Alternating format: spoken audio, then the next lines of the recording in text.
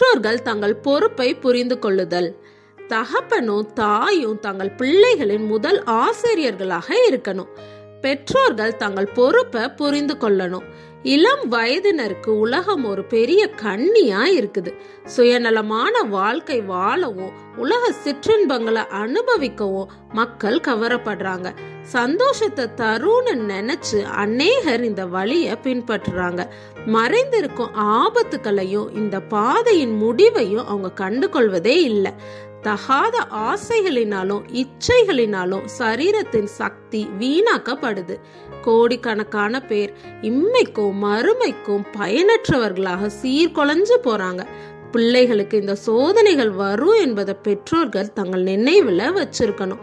குழந்தையின் பிறப்புக்கு முன்பாகவே தீமையை வெற்றிகரமாக மேற்கொள்வதற்கான ஆயத்தத்தை தொடங்கணும். ஒவ்வொரு அடியை எடுத்து வைக்கும் போதும் பெற்றோர்களுக்கு தெய்வீக ஞானம் தேவைப்படுது.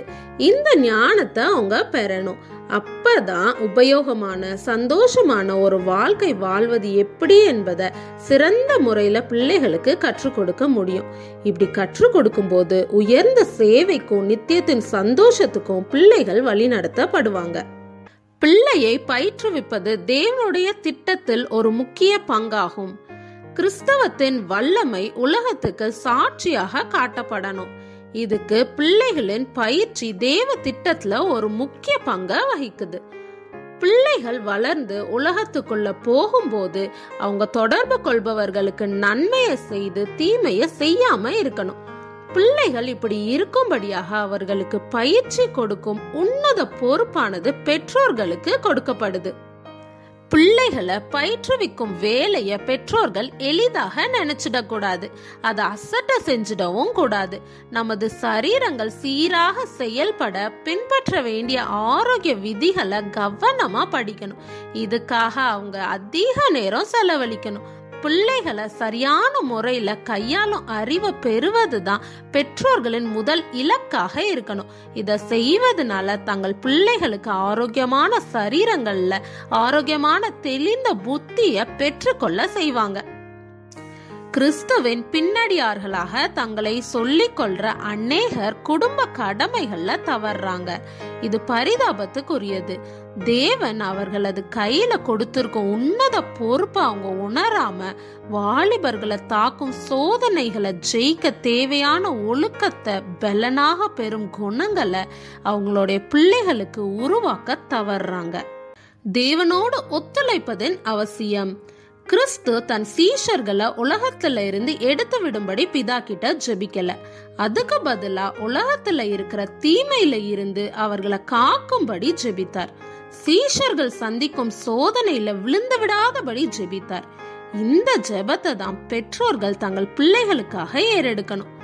ஆனாலும் தேவனிடத்துல இதுக்காக மன்றாடி ஜெபித்த பிறகு தங்கள் பிள்ளைகளை அவங்க விருப்பம் போல செய்ய விட்டுடலாமா? பெற்றோர்கள் தேவனோடு ஒத்துழைக்க வேண்டும். இல்லைன்னா தேவனால பிள்ளைகளை தீமையில இருந்து காக்க முடியாது.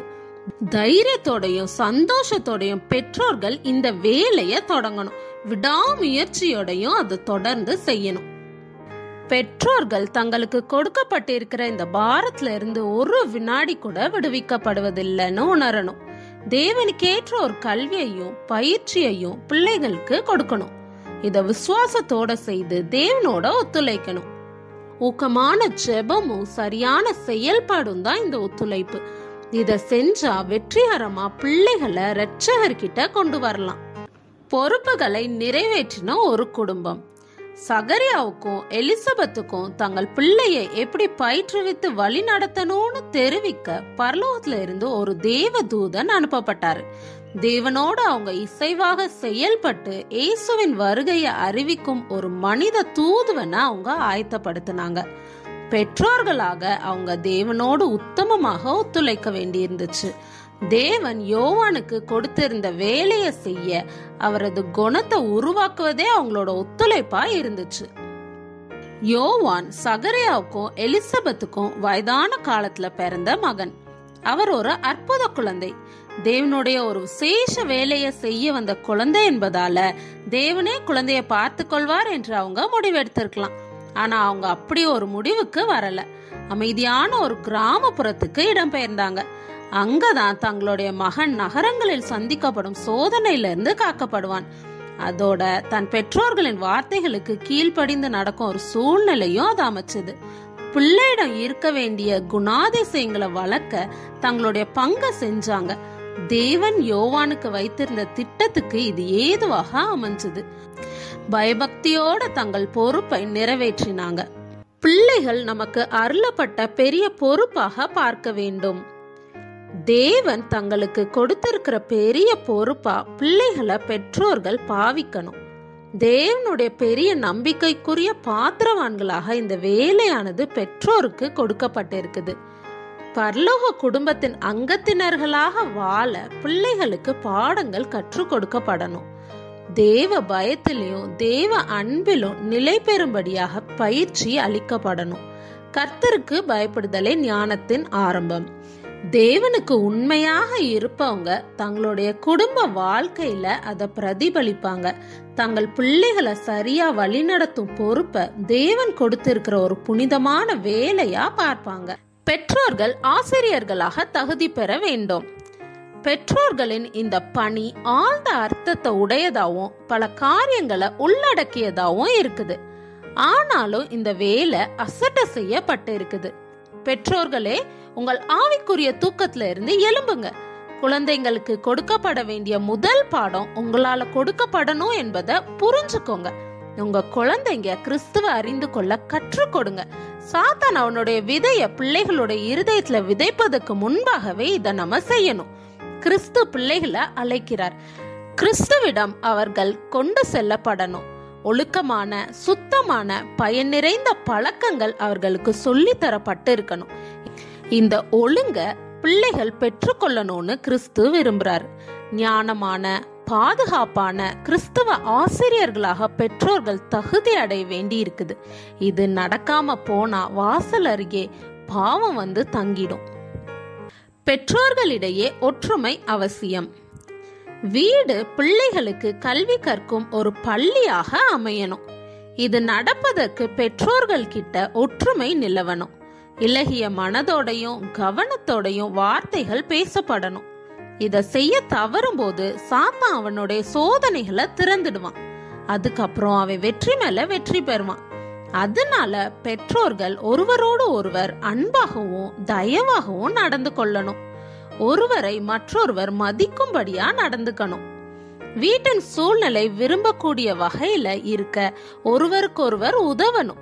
பிள்ளைகளுக்கு முன்னாடி தங்களிடையே எழும்பும் வேற்றுமைகள் காட்டப்படக்கூடாது. கிறிஸ்துவ நடத்தை எப்பொழுதும் பாதுகாக்கப்படணும். ஒவ்வொரு குழந்தைக்கும் கிடைத்துள்ள பிரத்யேக வழிகாட்டி. பிள்ளைகளை பயிற்றுவிப்பதுல தாய்மார்கள் முதன்மை வகிக்கணும். முக்கியமான ஒதுக்க முடியாத பொறுப்புகள் தந்தைக்கும் இருக்குது. ஆனாலும் பிள்ளைகளின் குழந்தை பருவத்துல தாய்மார்கள் தான் எப்பொழுதும் அவங்க கூட இருக்கிறாங்க.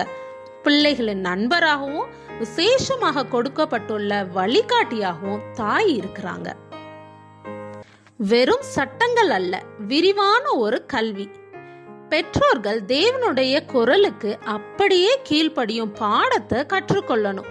தேவன் அவருடைய தேவ வார்த்தையிலிருந்து நம்மோட பேசுறாரு. பெற்றோர்கள் இந்த பாடத்தை கற்றுக்கொண்டாதான் அத பிள்ளைகளுக்கும் அவங்களால கற்றுத்தர முடியும்.